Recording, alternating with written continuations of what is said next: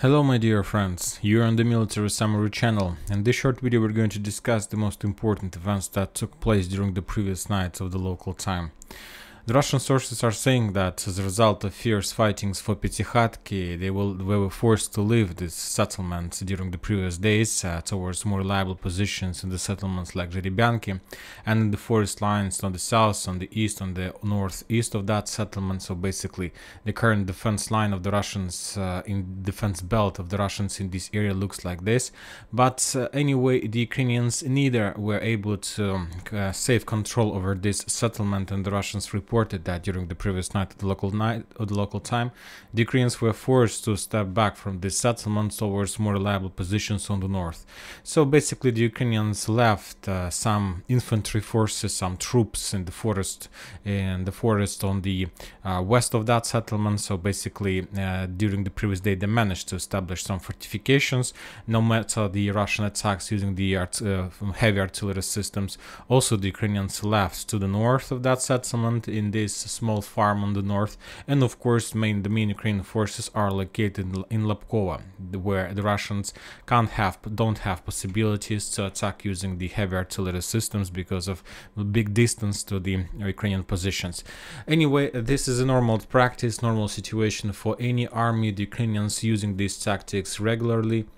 First, they attack the Russian positions, and the first thing they want to get is to force the Russians to leave the settlement. We saw the same tactics on the Vremivka tactical bridge during the first days of strong operation. The Russians left Niskuchna, the Russians left the settlements like on the Vremivka bridgehead, but the Ukrainians neither saved control over them. They left those settlements before the night came, and after that, during the few days of storming operation, they finally managed to establish control. So currently we see the same picture. The Ukrainians need another few days to secure the bridgehead and to increase the bridgehead around the settlement, and only after that they will start attacking the Russian positions on other front lines, or the Russians will try or will make some kind of counter-offensive operation and will push the Ukrainians back. If you ask my opinion, I don't think that the Russians are going to return control over the settlements.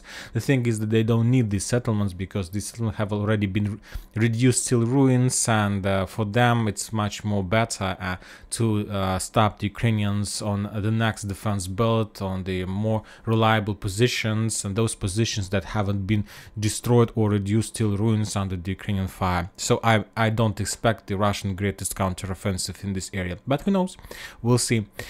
Furthermore, now we are moving to Orekhov front lines. This morning, after the calm night, the Ukrainians currently are making another attempt to attack the Russian positions, as usually using the same roads, the same directions of attack. Nothing new we are seeing on this front line. The Ukrainians attacks in direction of Rabotino, Novopokrovka. In few hours I believe we are going to receive more videos and more updates about the level of loss of the Ukrainian side, and that's it about Orekhov front line. Very interesting updates are coming from Vremivka tactical bridgehead. During the previous night, the Ukrainians made massive storm operation in direction of Novodonetsk. The Ukrainians were attacking these settlements from many sides, from the west, from the north, trying to attack this settlement from the southwest, and so on. All those attacks were repelled. The Russians sent a significant number of reserves from Novomayorsk in that direction. After very fierce fightings and settlement, the Russians published the video how their storm squads were making some kind of counter-offensive operation.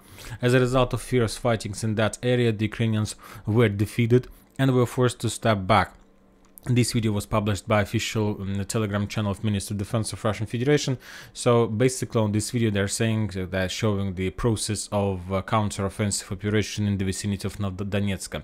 That was the information from official sources. Unofficial sources reported and shown video how the Russian soldiers on the Vremivka tactical bridgehead were inspecting the armored vehicles that Ukrainians left during the battle of Novodonetsk during the previous night.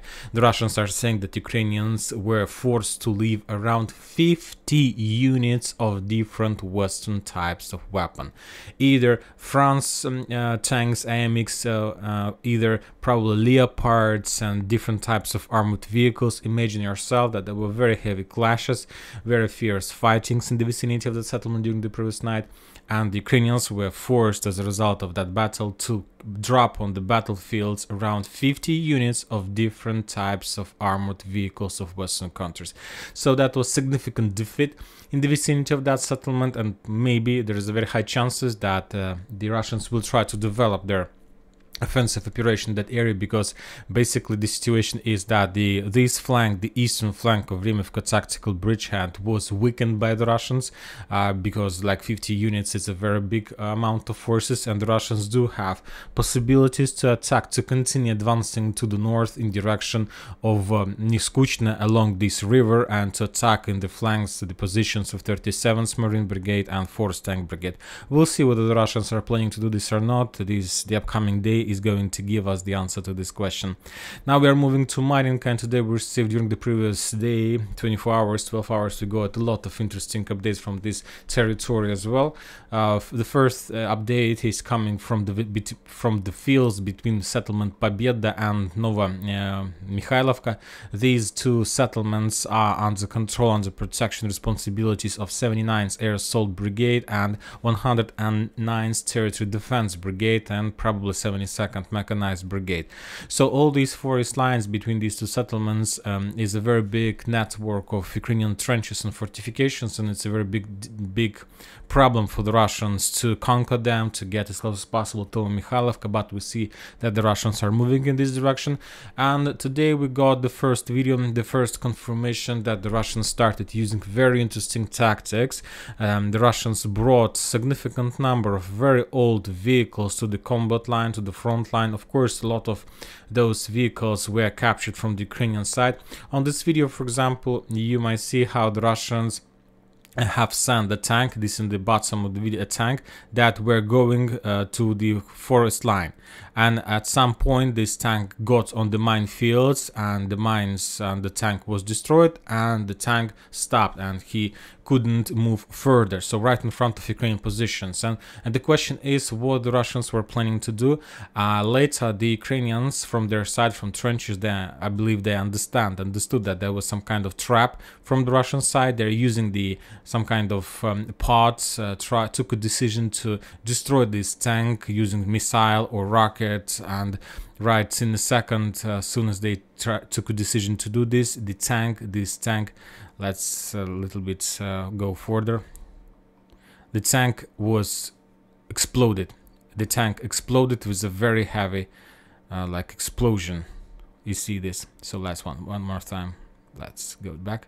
So now you see this line, and so that was some kind of Shahed Mobile. If you remember, the terrorists in IGIL in Syria, ISIS in Syria, were using the same tactics, sending the Shahed Mobiles to attack Syrian forces fortifications, and basically the Russians took a decision to use the same tactic to attack the Ukrainian fortification and minefields using tank Shahed Mobiles, or something like this. Anyway, as you can see, the Ukrainians managed to destroy that tank on the distance, but the sources are saying that later, and probably as a result of more attempts to storm this defense line, the Russians managed to capture this territory, and basically this is the current situation on this front line. But we haven't received any photo video confirmation of that, so let's keep this bridgehead as is. We need to get more confirmation of that progress.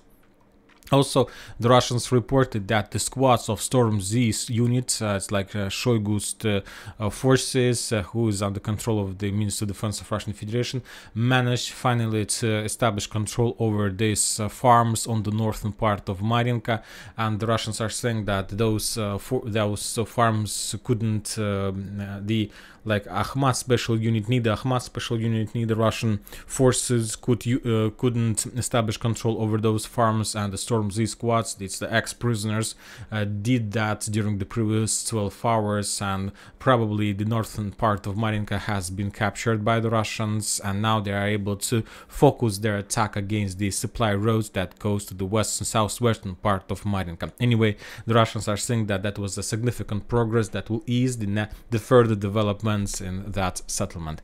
And that's it for this short video. Military Summary channel reminds to condemn any violence in the world. Thank you for your watching. Subscribe to my channel, put your likes, join my Patreon, and have a good day. Bye bye.